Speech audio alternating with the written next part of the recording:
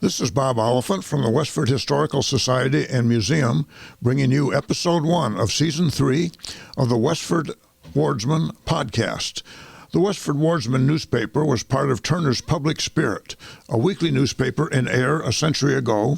In this episode, we'll be reading the Wardsman for the week ending Saturday, January 1st, 1910. I'll elaborate on what was happening in Westford in 1910. We start our new season with the Westford Center section of the January 1st newspaper. Mr. and Mrs. Albert A. Hildreth and little daughter spent Christmas with the Andover relatives. The little daughter was Sarah, born March 8, 1909. Socorillus, the Greek fruit peddler, lost a valuable dog at Westford Station Wednesday morning by being run over by the cars. There were many pleasant family gatherings on Christmas Day. There were gatherings of relatives at Julian A. Cameron's, at Oscar R. Spaulding's, and at Mrs. Alvin Fisher's were gathered 13 of the family of 22, composed of sons and daughters of the household and their families. The Henry M. Wrights of Quincy were at Nahum H. Wright's. The Harold V. Hildreths spent the holiday with the Fred A. Hildreths at Malden. Teachers and students whose hometown is Westford are enjoying the holidays at home. Among these are Miss Jenny Chandler at Mrs. J.B. Fletcher's, Miss Lila Fisher, Miss Ruth Tuttle, Miss Edith Wright, and Miss Edith Bicknell at their homes. Fred Johnson of Amherst Agricultural College has been spending his vacation in town. Miss Gertrude Hamlin, who is a pupil at Miss Kimball's home school for girls in Worcester, is enjoying her vacation at home, and Miss May Day is at home from Mount Holyoke College. The Ladies' Missionary Society of the Congregational Church met with Mrs. John B. Fletcher Thursday afternoon. Miss Ruth Fisher entertained the Thimble Club with full attendance Wednesday afternoon at her home. The Christmas mail at the local post office this year was the largest ever sent through this office. Christmas morning, 864 pieces of mail were handled by the rural free delivery carriers. This amount did not include the mail given out to the patrons of the office by Postmaster Fletcher. It has been a very hard week for the RFD carriers, but they have managed to cover their routes each day, of course, not being able to make their usual time. We wonder if even the oldest inhabitant has anything to say just now about not having the winter weather that was experienced in former times. Sunday storm seemed the real thing. In places on our hilltop, where the wind was full sweep, the drifts were something to be remembered. There were few pedestrians or teams out. All who could were glad to make it a fireside day. The Board of Selectmen and Road Superintendent Miller had several gangs of men out Monday, shoveling and clearing roads, and Tuesday Mr. Miller had the snow roller with 4 horses abreast making rounds, and they did effective work. The car service on the branch line has been tied up and has been seriously missed. I believe that snow roller that's mentioned can be seen at the Westford Museum. Mrs. Frank E. Miller, who has been so seriously ill with typhoid and other complications for many weeks, is convalescing slowly, able to sit up a little each day. Edmund Baker is also on the gain from a heart attack of congestion of the lungs. The next section is called Congregational. It's about the Congregational Church. That's the church that's now the CPA at the corner of Lincoln Street and Boston Road. The Christmas tree and entertainment of the Sunday School of the Congregational Church took place on Christmas Eve in the vestry. The rooms were appropriately trimmed with wreaths, stars, mottos, and hemlock branches. There was an entertainment of carols and recitations by the members of the Sunday School, after which a cantata entitled Santa Claus was presented by the Parkerville children. Miss Elizabeth Kimball was the Santa Claus. The parts were well carried out and were much enjoyed by all present, older and younger alike. After this came the distribution of gifts from the Christmas tree. Santa Claus arrived in season to lead this ceremony. He made speeches of greeting and of farewell that were good. All the children received presents and boxes of candy, and there were many other pleasant interchanging of gifts, among which was a generous purse for the faithful pastor and family. That would be Mr. Reverend Marshall. Owing to the storm, there were no services at this church Sunday, either morning or evening, an occurrence that has not happened for many years. The special Christmas music that had been prepared for the morning service has been indefinitely postponed. Next is the About the Town section. The Sunday snowstorm, as a disturber of the peace, has had no equal for several winters. Travel by auto, steam, electricity, afoot, wagon, sleigh, or horseback all met with a nearly unanimous highway holdup. Travel and attendance at church, which never crowds the highways, even when the sunshine lights and warms the way, was reduced by the storm at the Congregational Church to the minister, janitor, and someone else, just enough to cover the scripture, where 2 or 3 are gathered together. That's a reference to chapter 18, verse 20. At the Unitarian Church, there was not a scripture quorum.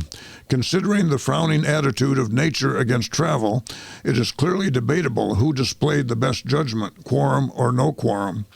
The Christmas tree at the Unitarian Church, which was to have met with appropriate pruning last Sunday evening, came in for its share of snowbound.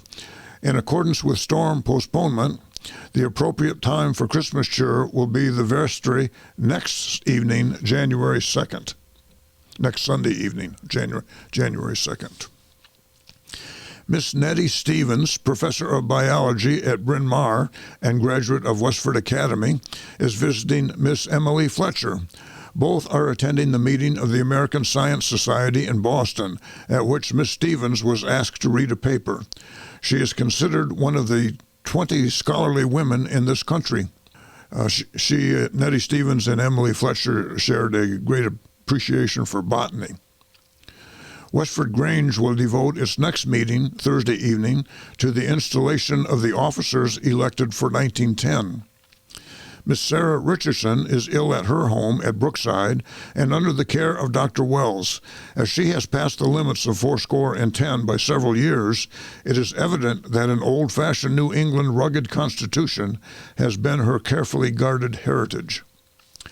The Mrs. Alma and Luana Decatur have been enlivening up the Christmas days at the old homestead and lighting up old Stony Brook associations and remembrances generally.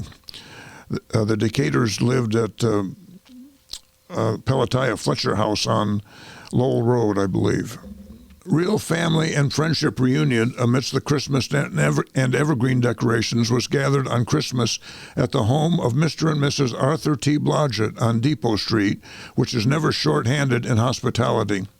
Dinner at the table for the full company, at which 14 were insufficient to surround its liberality. After dinner, Henry Tyler of Worcester acted as Toastmaster and suggested varied good thoughts, which were responded to with a ready wit, sharpened by the temptations of the table. This was followed by the allurements of the Christmas tree, at which George E. Gould skillfully acted the art of the historic Santa Claus. This proved a happy prelude to singing several popular Christmas carols in keeping with English customs. The singing was led by Fred Naylor of Forge Village, with Mr. Blodgett as accompanist, who also followed with cornet solos. Among those present were Mr. and Mrs. William Weaver, Mrs. Mary DeRone, and 3 sons of Forge Village, William and Elmer Emerson, Mr. and Mrs. Henry Tyler, and daughter. The next section is entitled Christmas Exercises. The Fortnightly Club decorated its headquarters at the Wright Schoolhouse with the evergreen Christmas emblems, tree, and usual cheer that is gathered as remembrance. Even better than evergreens and gifts were the decorations of, quote, the day we celebrate, end quote, with a varied library and musical program. Following this abundance came Edwin Ward, trimmed and distinguished, the most interesting member of the program, as impersonator of gifts that were useful, humorous, literary, or eatable. All were remembered, and all will remember this evergreen occasion. The committee in charge were Mrs. Fred C. Snow, Mrs. William Wyman, and Fred Blodgett. It shows what it's doing when women are majorities. The next section is the Forge Village section. The Christmas services, which were to have been held in St. Andrew's Mission Sunday evening, were postponed on account of the storm.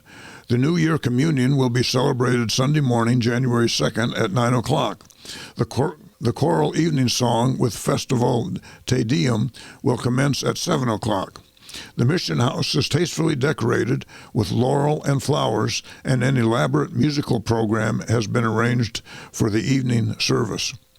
The mission house is still there. It's used. It's a private home now on Pleasant Street, and it's marked by a St. Andrew's cross on the side of the building facing Pleasant Street. Sunday witnessed the severest storm here in many years.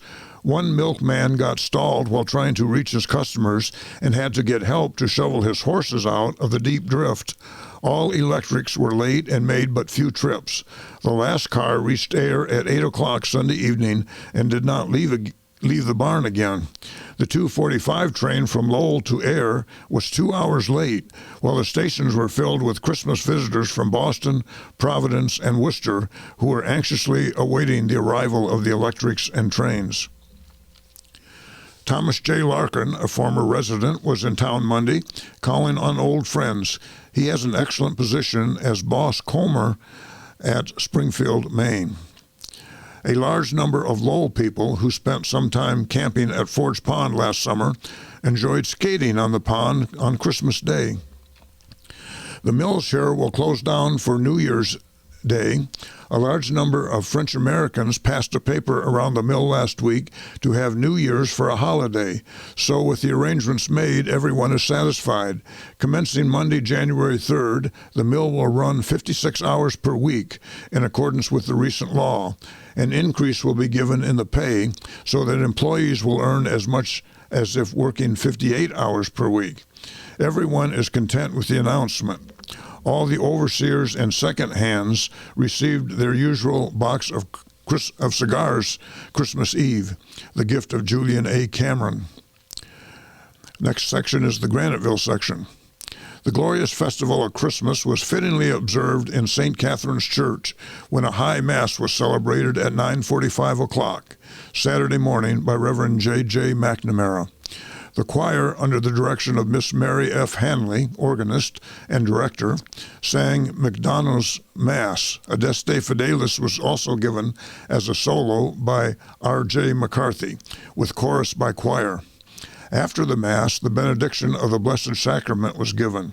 The services were very largely attended.